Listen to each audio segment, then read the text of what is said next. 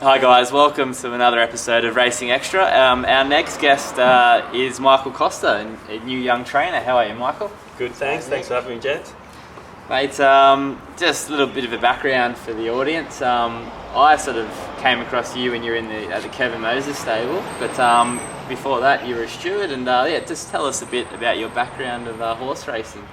Yes, I kicked off riding track work at Hawkesbury Racecourse when I was quite young. Yep. Didn't come from a horse background. Okay. No family ties there, so it was just love the game. Yep. And from riding track work, I went and rode track work in Randwick for a few trainers there. Okay. The initial dream was to be a jockey, but I grew too big. Yeah. And so from that early stage, I knew that I needed that distinctive edge in order to catapult me into training ranks of what I wanted to do. So I went and studied equine science, acupuncture, massage. Okay. That gave me the proper grounding for going into the training. Right. After becoming a foreman in at Kevin Moses stables, I then went and became a steward for 4 years, which was just another sort of learning step. Yep. And from that stage, went off, bought one tried horse for $4,000. Yeah. Struggled a lot. Yeah. It was a massive slog. Yep. We're just getting out of that stage now, Mm. and that's where we all kicked off.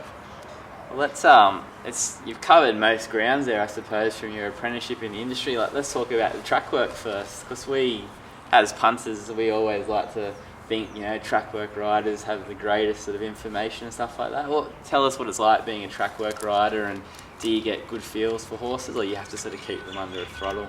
Yeah, 100%. You get good feels, and you can find from an early stage, especially the yearling stage, of what's quality and what's not. Okay. And that was a very enjoyable experience, and it was an experience which bankrolled my training. So horses give me a good feel, working through from yearling stages to racing stages. Okay. And then having your weekly wage of $500-600 on a horse to is that right to build up your kitty to go to the next stage. So I had I've seen your other interviews with James Cummings and Gerald Ryan and all those guys, and I dead set had nothing, and we just kicked off on the back of backing a few winners of horses that I was riding at the time. That's such a good story, because you don't hear many people admit to that. That's it. It's awesome. Well, one thing was Mick and I met because we worked at Kevin's together, and that's when we went out to become a trainer. And one thing you knew you were starting from scratch. You looked at support. One thing you and I did together was a short business course, and we met the guys from the Entourage. Got a little bit of support there. How important was that to going out and starting a stable? Pretty much all went out the window, because I felt that the most I learnt was when the rubber hit the road, and this industry cannot prepare you for any business plan or anything like that. My first client got into me for $30,000 and then declared bankrupt, so that almost crumbled me. So I learned pretty quickly that the first 12 to 24 months were just about survival. Yep. And it made it a little bit harder because I wasn't as bold as the other trainers. I pretty much kicked off a little bit after Bjorn, and he's a very strong character and a very good operator in approaching starts and everything like that. Okay. My progression and growth has just been off the back of getting one horse, going all in, giving those owners and doing the absolute best for that one horse, and just hoping that off the back of that result, hopefully more referrals come, which they have.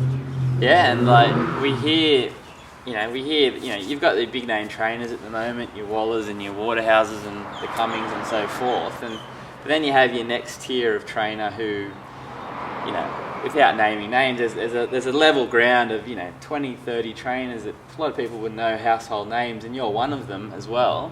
How you seem to have done really well from a business sense with your owners. So what have you learned? There is still money out there if you sort of operate in a certain way. Was it networking? What was your secret? Not your age, sort of a new market perhaps of owners? The age can sometimes be. The age can be. Can be beneficial and also a burden as well. Yep. When you're kicking off and you don't have those horse ties, you can be considered still being wet behind the ears. Yep. And then when you're competing with horses who broken down from other stables. You're trying to compete with the other trainers with horses that have been flushed out of their system. So you've got to break through that mould of people from the outside scanning over your stable and saying, well, he's not doing too good or he's not going through. So it's breaking through that phase initially. The secret, I don't think there's any magic bullets. It's just been elbow grease and just going all in. Yeah, that's probably it. Did it take you longer than you thought to get to where you are today? Did you think you were going to the ball was going to be rolling, the winners would start flowing quicker than they did? Look, I hoped it would, but now that I'm here and I look back, I think that I needed that for that growth. Especially with those horses which have come in. We've had 10 tried horses come in the last season which have been maidens or haven't won a race for 2 years, and we've been able to turn them into winners. Also city winners as well. So it's made me a better trainer and also a better, stronger person to be able to deal with the speed bumps which you get in training. It's given you your grounding. Yeah, 100%. And He Bites was a horse that me and my mates sent over to Michael for a bit of TLC, and he got a couple of nice wins for us in at Hawkesbury and another couple of rounds. So a little bit of a sting there at Goulburn. Some of the boys got on at $21 or $41. I think the trainer got in first, but anyway. Just a bit of TLC with your horses, I suppose. When they're tried, you've got to really spend extra time on them. Yeah, extra time, 100%. Yeah. And what I've done, which has worked really well, is find out where that horse has come from. We've had a lot come from a lot of the major stables, and just find out how they're training them, do the complete opposite and work backwards from there. Has been a good sort of recipe for success. Okay. Cool. So you've had, I think last season was probably definitely the best season going forward. What are some of your goals for this season and moving to the future? Where does Michael Costa see himself? I don't have goals in such as I want to win this race, I want to be in the top 10 training ranks or anything like that. Those sort of goals aren't something that I think about. I don't want to be the biggest stable in Sydney. It's got nothing to do that, but I want to be the most respected brand. So that's my only focus. There's no race picked out that I'm keen to win. It's just every horse that comes in, get the best out of that horse, go all in for the owners. And that's the most enjoyable experience, especially with those tried horses, is horses which have been maidens for as 4-year-olds come to the stables, and then they get that win. Even if it's only a Kembla or a Bathurst, the owner's excitement in that win is like their Melbourne Cup. You cannot describe how excited they are about that. I think that's probably one thing that with a smaller trainer you'll probably appreciate a little bit more. As those smaller wins, I think the owners get to appreciate it maybe that little bit more. There's trainers there winning Group 1s, and you'll see them over the carnival. They win their Group 1s, and they do their post-race interviews, and they stand there with just a cold face. Once I'm in that position, I'll be tearing the shirt off and doing laps around the mountain now. So I get so excited about all the wins. So it's a good feeling. Let's talk about some of the wins. I know, like a Var Vinny was one that was sort of had a big win by 5 lengths or something. You get big odds. What are some of the sort of wins in the short term, or something that you sort of have struck you as it's a little bit special? I was pretty excited by Red Dynamite winning Wednesday a week ago at Warwick Farm. We purchased him for under $6,000 from the mixed tried stuff. Okay. And he's going to go up to Doomben Saturday week, and I think he'll be very competitive up there. So he was pretty special. Obviously, Ultimate Gaze being the first city winner and winner. They've been ones that have been pretty special from horses which hadn't won races for 2 years and things like that. So, and plus I own half a Red Dynamite. So you thought you got there in the photo finish, did you? Look, I did, but last season I think I had about 10 city seconds almost, and then run down a few times. So it was. You lose a little bit of confidence in those photos, don't you? Definitely lost a little bit of confidence. Let's have a quick little chat about the form and placing horses, because I suppose while I sort of became close to you because you respect the form and you know the form so well, Tell the people at home the different systems and things that you use when placing your horse in a race to win.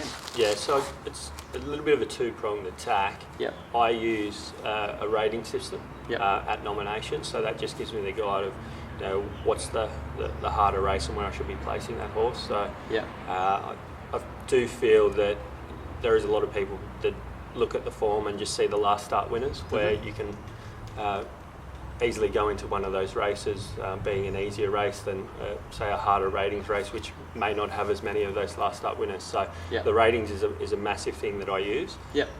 I believe video forms a full-time job, and it's something that I just don't have time for, so I use a couple of people there to guide me on that. Yeah. So with that approach, it just enables me to place the horse the best place that we can to get the best result.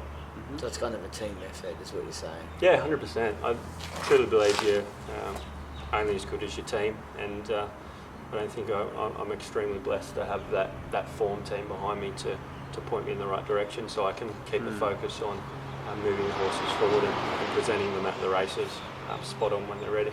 Yeah, and there's also, from a punting perspective, there's a lot of your horses can be a bit firm at times in the market. Have you noticed a couple of those leading punters and that have befriended you and are always looking for angles and asking you about ownership and stuff like that? Yeah, 100%. There's definitely been quite a few crunches there. Yeah. There's been a few there which I think have definitely been under the odds as well. Yeah.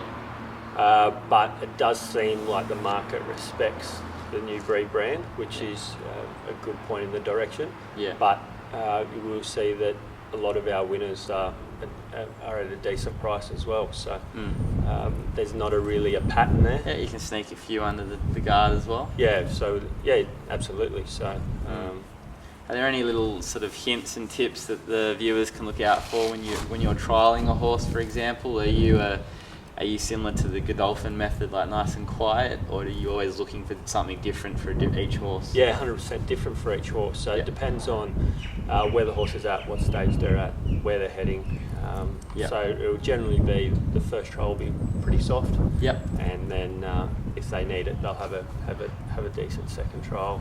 But it does come down to the individual horse and where we're heading. So I wouldn't look into too much or try to find a pattern. That is one thing that you watch, like from looking at Michael's horses and knowing Michael, your goal was always to treat each horse as a separate athlete. Yeah, correct. And if you look at some of his horses, some horses are wound up fresh, and then others, they don't look like wound up until their fourth half. So it is something that you do see from there. Okay. And jockeys, not just the jockeys that ride your horses. I know you're always looking for the best jockeys, and you've had Blake on quite a few times, but track work jockeys, how important is track work riders to your stable? That's the key. Is it? Yeah, huge key. Yeah. And you're it's you're still on them? No, I'm not riding anymore. Okay. Well, you had a bit of an incident as well. No, just it's better for me to see 10 horses work at a time through rather than be on one horse's back for that amount of time. So they're a major key in minimising risk of injury is probably one of the major factors.